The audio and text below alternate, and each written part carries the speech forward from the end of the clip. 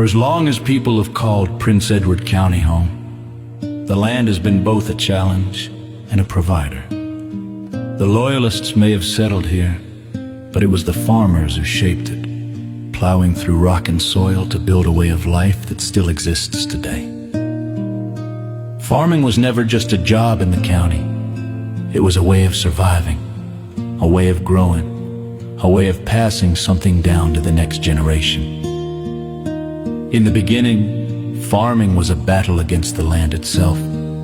The fields were littered with limestone and clay, the seasons unpredictable, and the tools were simple: an ox, a plow, and the strength of a farmer's hands.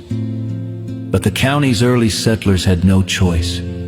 If they were to survive the harsh winters, they had to make the land work for them. Slowly, the farms took shape: wheat, barley, and rye became staples of the county, feeding both the families who worked the land and the growing settlements nearby. But it wasn't just grains. Livestock, dairy, and fruit trees soon became a part of the landscape. By the mid-1800s, Prince Edward County had become one of the most productive agricultural regions in Ontario. And farming wasn't just a means of survival. It was the county's lifeblood. Farming was always a family affair. Children were raised in the fields, learning the rhythms of the seasons before they could even walk. Families worked together, planting in the spring, harvesting in the fall, storing food for the long winters ahead. And through every hardship, droughts, storms, crop failures, they kept going because the land was their home, and giving up was never an option. The barns of the county tell their own stories. Some still stand as they were built over a century ago, their beams held together with wooden pegs instead of nails. Each one holds the history of generations, of hands that stacked hay bales, of cows that were milked before dawn, of families who built their future inside these weathered walls. And then there was the fruit. Prince Edward County's warm summers and cooling breezes off the lake made it a prime location for orchards and vineyards.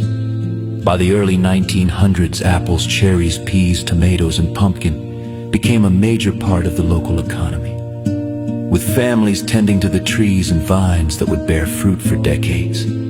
Every fall, wagons loaded with these fruits and vegetables would roll down dusty roads, heading for the canning factories that once lined the county's towns. But farming wasn't just about what came from the land. It was about what the land could give back. The county's canning industry flourished, with factories in Picton, Bloomfield, and Wellington turning local harvest into products shipped across the country.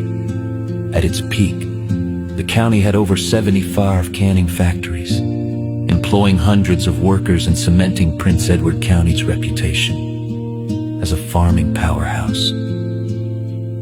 The mid-20th century brought change. Tractors replaced horses. New technology made farming easier, and small family farms gave way to larger operations. But for those who worked the land, the values remained the same: hard work, perseverance, and a deep respect for the soil beneath their feet.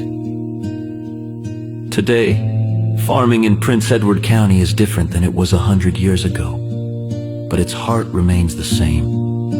Some farms have been in the same family for generations, their fields holding the stories of those who came before.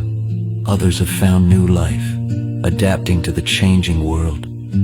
Vineyards replacing wheat fields, farm-to-table businesses, bringing fresh food directly to the people. The land has shaped the people here, just as the people have shaped the land. It has seen hardship and change, struggle and success. But through it all, one thing remains certain: farming is not just part of the county's past. It is its heart, its foundation, and its future. On the back roads of home.